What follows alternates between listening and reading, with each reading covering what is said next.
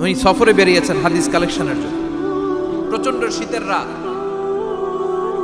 উনি মাগরিবের নামাজ এশারের নামাজ পড়ে একটা মসজিদে শুয়ে পড়লেন, আর শুয়ে শুয়ে হাদিস পড়তেছেন। কি পড়তেছেন? কথা বলেন।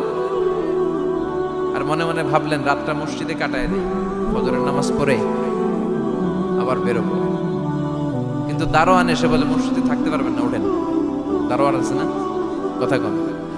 আহমদ ইবনে হাম্বল বললেন আমি শুধু রাতটা থাকতে চাই, আমি তো ফজরেরও মুসল্লি, ফজর নামাজ পড়বো তো এই মসজিদে, আমার থাকতে দাও। দারোয়ান তো দেয় না, কেনা মসজিদে থাকার জায়গা না, যান মিয়া।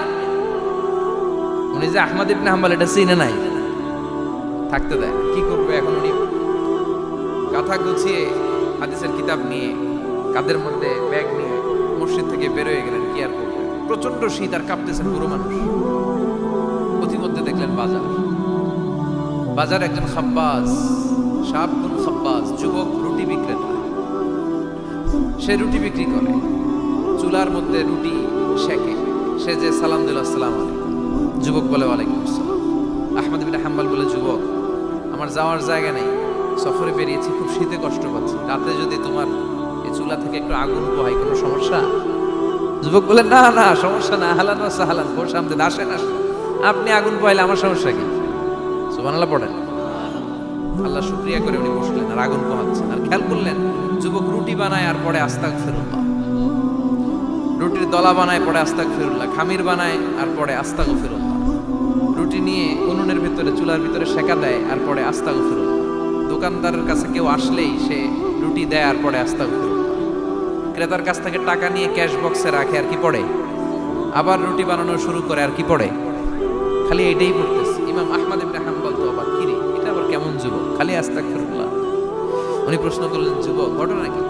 আসার পর থেকেই তোমার দেখতেছি তুমি রুটি বানাও, রুটি বিক্রি করো আর পড়ো আস্তাগফিরুল্লাহ, মালাকা ইয়া শাবাব। যুবক বলে আস্তাগফিরুল্লাহ আমার সবচেয়ে বেশি পছন্দের আমল, আমি সব সময় আঠার মতো ইস্তেগফারের সাথে লেগে থাকি আর সব সময় পড়তে থাকি আস্তাগফিরুল্লাহ, আর এর বদৌলতে আল্লাহ আমারে মুস্তাজাবুদ দাওয়া বানিয়ে দিয়েছে। আহমদ ইবনে হাম্বল তো অবাক, আনতা মুস্তাজাবুদ দাওয়া, তুমি মুস্তাজাবুদ দাওয়া রুটিওয়ালা? আমি এত বছর হাদিস পড়াই, আমিও তো মুস্তাজাবুদ দাওয়া না, আর তুমি রুটি বেচো বাজারে, তুমি মুস্তাজাবুদ দাওয়া, তুমি দোয়া করলে সব কবুল হয়ে যায়? যুবক বলে না আনা মুস্তাজাবুদ দাওয়া, আমি আমার জীবনে যত দোয়া করেছি কবুল করে নিয়েছে কে? সব দোয়া কবুল করে নিয়েছে আল্লাহ, একটা দোয়া ছাড়া। কয়টা?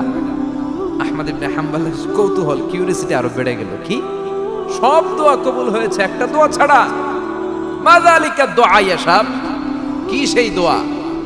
যুবক এবার বলতে শুরু করলো আমার জীবনে যে দোয়াটা আল্লাহ কবুল করে নাই সেটা হচ্ছে আমি আল্লাহর কাছে অনেক চেয়েছি, অনেক দোয়া করেছি যে আল্লাহ শুনেছি এই জামানার সবচেয়ে বড় মুহাদ্দিস, তার নাম নাকি ইমাম আহমদ ইবনে হাম্বল। আল্লাহ তোমার কাছে আমার চাওয়া আমি যেন এই ইমাম আহমদ ইবনে হাম্বলের দেখে মরতে পারি, আমি যেন ইমাম আহমদ ইবনে হাম্বলের হাতে হাত রেখে মুসাফা করতে পারি আর তার কপালে একটা চুমু এঁকে দিতে পারি।